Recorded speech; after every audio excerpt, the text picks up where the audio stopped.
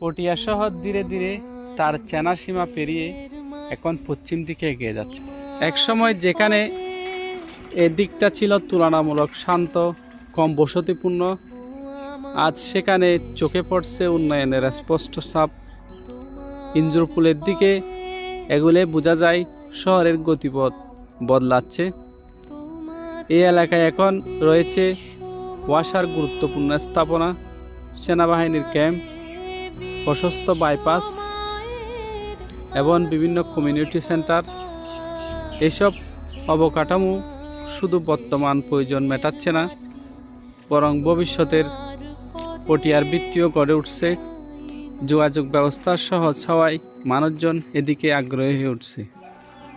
নতুন রাস্তা, ফাঁকা জায়গার গড়ে ওঠা স্থাপনাগুলো ইঙ্গিত দিচ্ছে আগামী দিনে এখানে স্কুল, হাসপাতাল,